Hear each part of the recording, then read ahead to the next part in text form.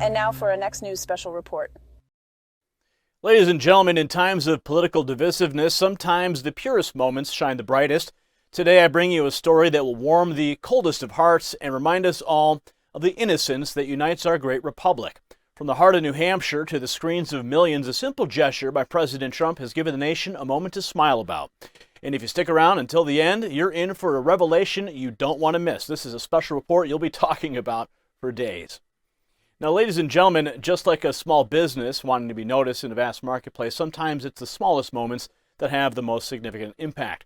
And speaking of small businesses, attention to all patriot business owners out there. If you have a product or service the world needs to know about, imagine showcasing it to millions globally.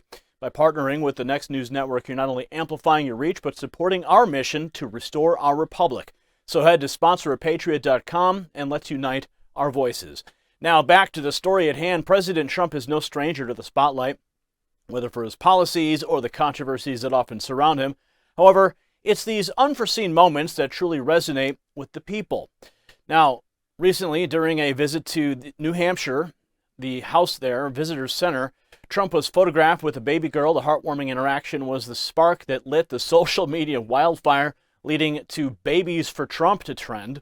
One might question the significance of such a trend. After all, these little supporters aren't voting, yet their genuine smiles and giggles have a unique way of bridging gaps. The infectious joy radiating from the photograph represents a sentiment beyond politics.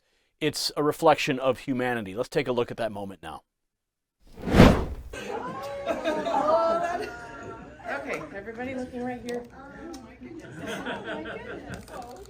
Oh, she's loving it. It's a very light baby.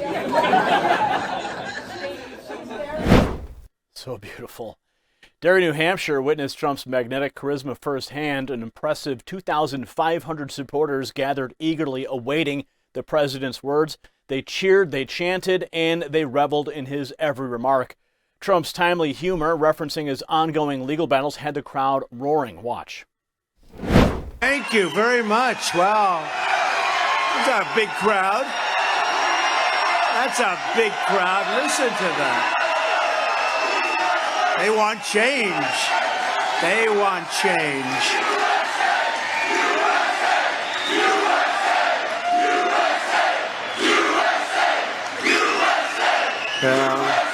Thank you very much. I appreciate it.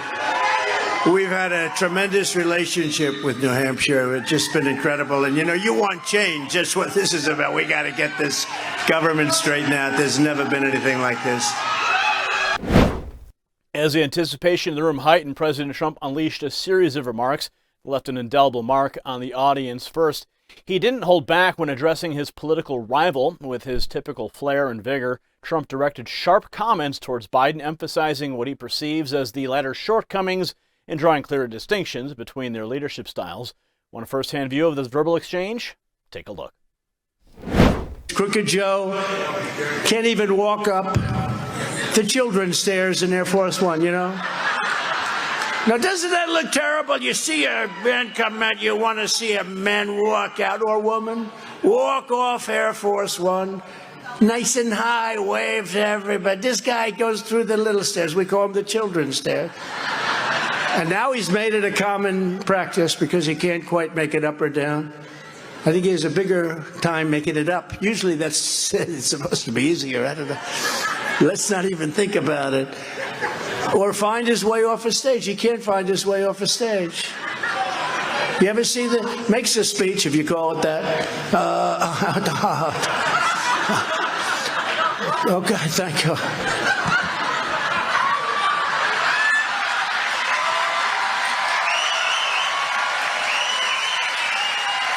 And they're screaming at him. They're saying, no, you got there, you got there. And then he can make a bad speech, but you got to be able to see, you came in here. I can even go out there. I see there's an exit there, exit here. You got exits all over. It's unbelievable.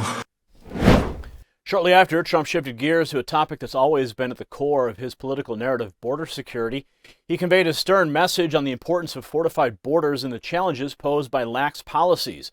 This impassioned speech on border security showcases his unwavering stance on the issue. Let's watch. A vote for President Trump is a vote to secure the border, and it's a vote to keep radical Islamic terrorists the hell out of our country.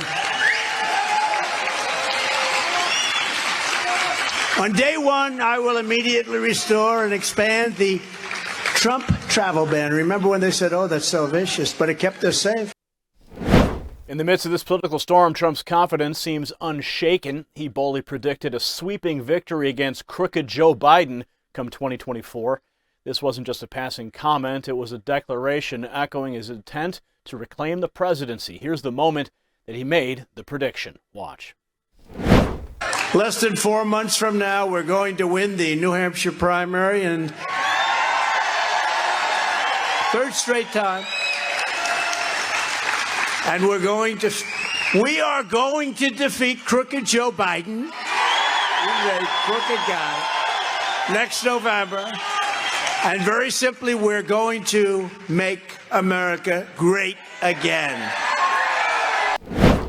The international arena wasn't left untouched. Addressing the pressing issue of the ongoing conflict between Russia and Ukraine, Trump made a compelling promise. He assured the audience that upon his election win in 2024, he'd take definitive steps towards settling this horrible war. If you're curious about his strategy, here it is.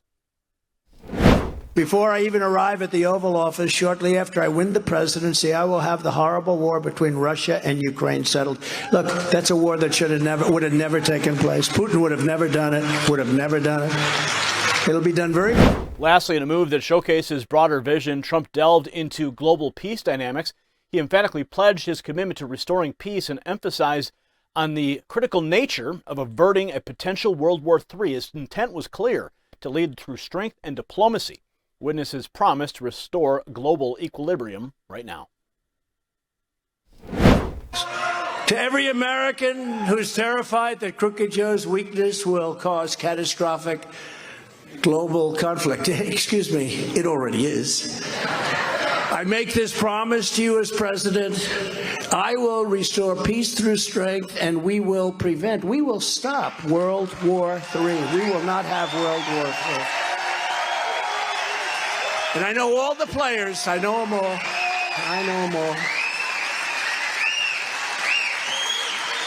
Because it was Joe Biden with his weakness and what he did with Iran and others that caused the attack on Israel. Amidst the political fervor, Trump, with his signature humor, remarked on his ongoing indictments, claiming they only boost his popularity, adding, "I'm not scared of going to jail." The crowd erupted. Watch. Those people have no problem. If you want to challenge the result of an election, they hound you. Look what happened this weekend with two good people. They hound them and they scare them but we don't get scared. I'll tell you what, I don't mind being Nelson Mandela because I'm doing it for a reason. Yeah, not all voices echoed in support. Republican Liz Cheney, in a recent interview, labeled Trump as the single most dangerous threat to America and hinted at a potential presidential run herself. Watch. What would a second Donald Trump term look like? Well, he cannot be the next president because if he is, all of the things that he attempted to do but was stopped from doing by responsible people around him at the Department of Justice, at the White House counsel's office, all of those things he will do.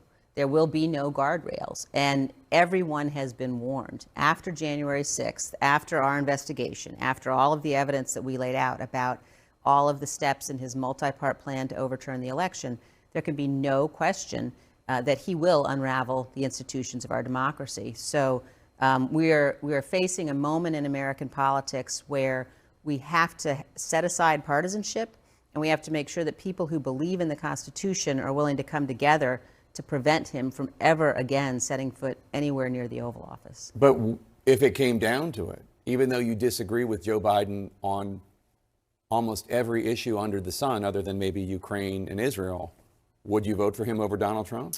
We're going to see what happens. We're going to see how things unfold. I think Donald Trump is the single most dangerous threat we face. I would imagine that there will be a number of other candidates in the race. Would you be but one of I them? think I'll tell you what I am definitely going to do. I'm going to spend the next year between now and the election certainly helping to elect serious people, helping to elect sane people to Congress. Of both parties? Yes. Now, Trump, however, he did keep his focus, targeting the Biden administration's policies, suggesting the current leadership is a boon for extremists, and pointing out the Taliban's rising military strength.